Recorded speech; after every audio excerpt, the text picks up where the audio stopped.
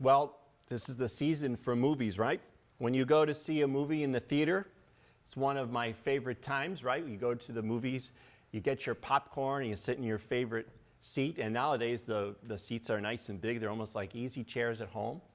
And you get ready for the movie on the huge screen. And sometimes it's got special effects, special sound effects.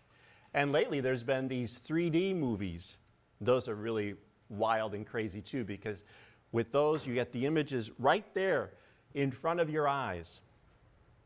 Yet, in order to see these images, you have to wear your 3D glasses, right? There's special glasses that you have to put on. Without those glasses, everything is blurry and it's hard to see.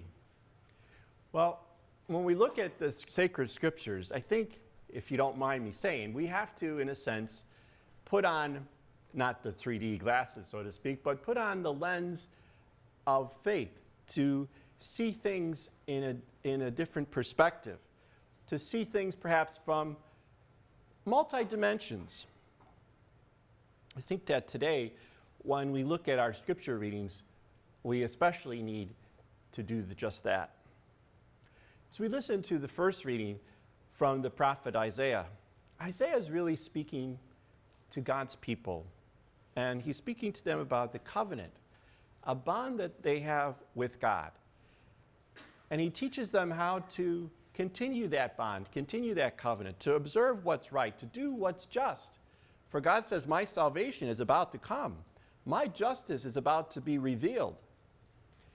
My house shall be a house of prayer for all people. God's abundant love is universal and given to all. St. Paul speaks of this love in a similar way in the second reading. God's mercy is available to all. Who has known the depths and the riches and the knowledge of God?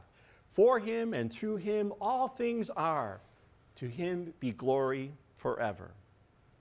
And finally, we have our lens of faith as we listen to today's powerful gospel passage. The Canaanite woman called upon the availability of that merciful love of God, when in humility and persistence she kept calling out, asking the Lord to help her daughter.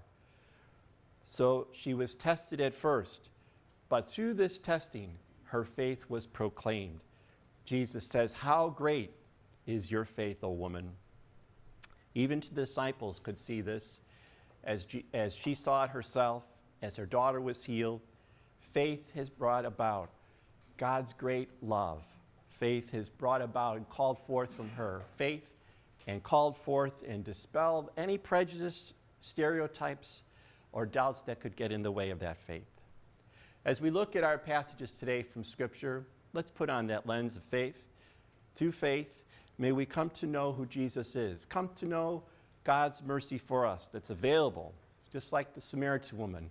Be persistent to strengthen that faith each day and to see God's love in many different perspectives, God's universal love.